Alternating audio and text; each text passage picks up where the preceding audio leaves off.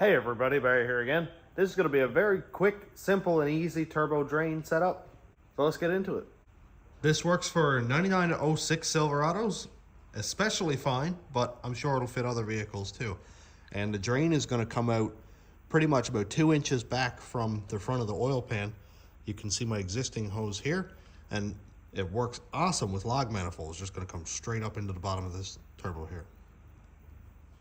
This is the oil pan I'm going to be using. The one on the truck right now has 2 drains because of the twin turbos, and I only need 1. And I'm going to put it right here. There's a nice flat section right here.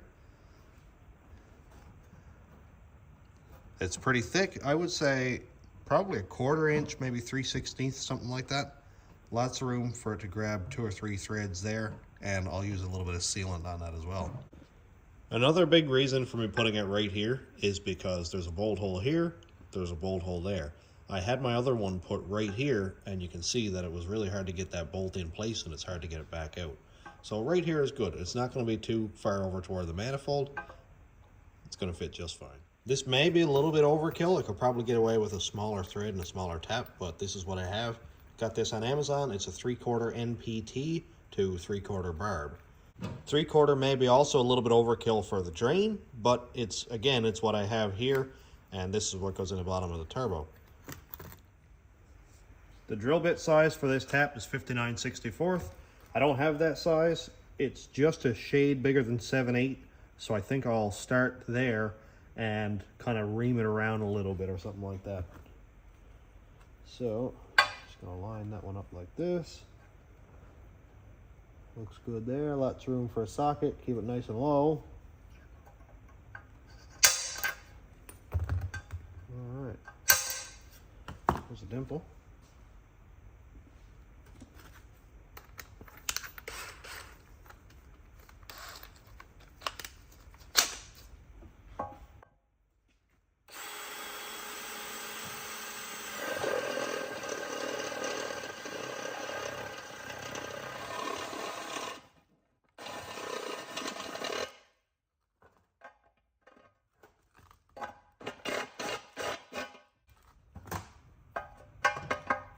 If I can get the tap to start, that'll be in good shape.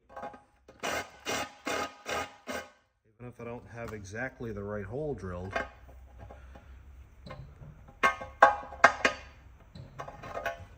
Get it just past that ridge there a little bit.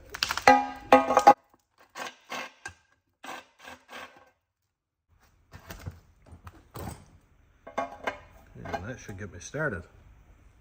I like to do things the wrong way. So just to let you know, a 7/8 socket fits on the back of this tap like absolutely flawlessly. I know some machinist is screaming at a screen saying, use a T-handle, you're doing it wrong, but I don't really care.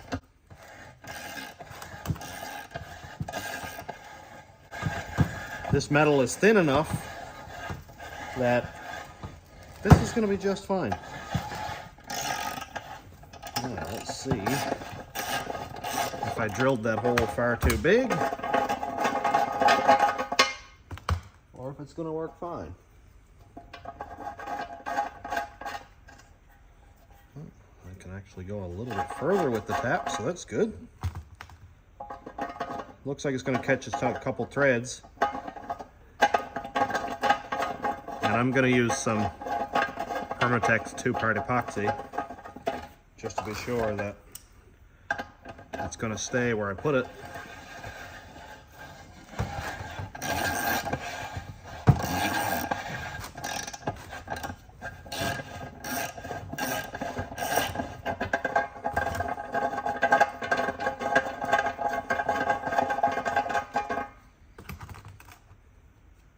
Looks like I got a couple threads, so that's good.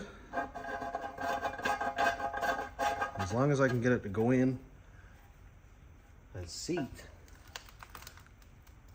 we're in good shape. Got some extra threads inside. That's not really going to matter at all, as long as it wasn't in like 1 inch, you know, because you don't want it to hit your crank. But the crank on this is obviously travels in a circular pattern, and it's like this wide, so it's going to be just fine. Okay, that part is done. Obviously, this oil pan is not clean.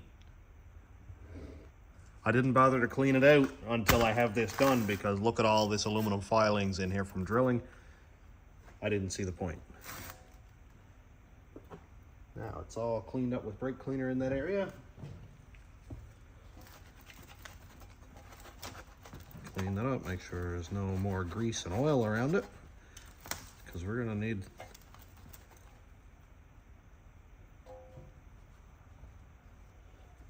this to set up perfectly. I've used, like, say, JB Weld or Permatex 2-part epoxy on a bunch of different drain fittings and stuff like this and my oil lines, and it works absolutely amazing. Just don't overdo it and have a bunch of globs all hanging out. Make sure it's nice and clean because you don't want that getting down in around your sump. So here's what I use. It is Permatex Cold Weld 2-part steel reinforced. Ooh. This stuff works awesome. Now, I'm gonna say, with using anything that could introduce contaminants into your oil pan and blow up your engine, do this at your own risk. I don't want somebody coming back saying, "You blew up my engine," because I showed you guys how to use this. All right, mix it all up. The working time on this is relatively quick, so you don't have to like rush. But I wouldn't go make a sandwich while this is here setting up. And as per usual, I mixed up way too much.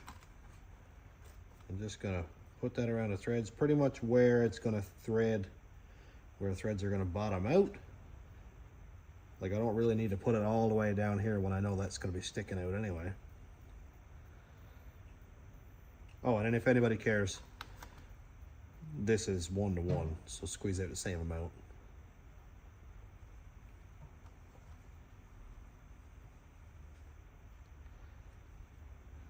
Okay, good soup. Put that in there. And it's already starting to catch the sealer, or the epoxy.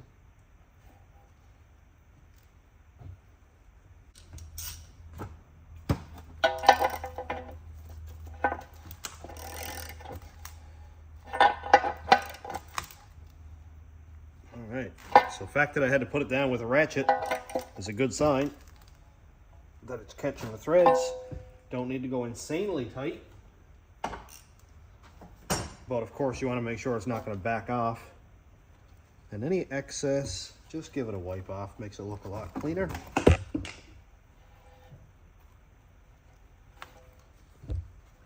And on the inside, no worries about anything globbing up in the pan.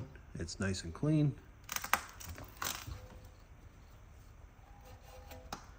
Give it a little wipe anyway, just to make sure there's nothing that I can't see. And that's it.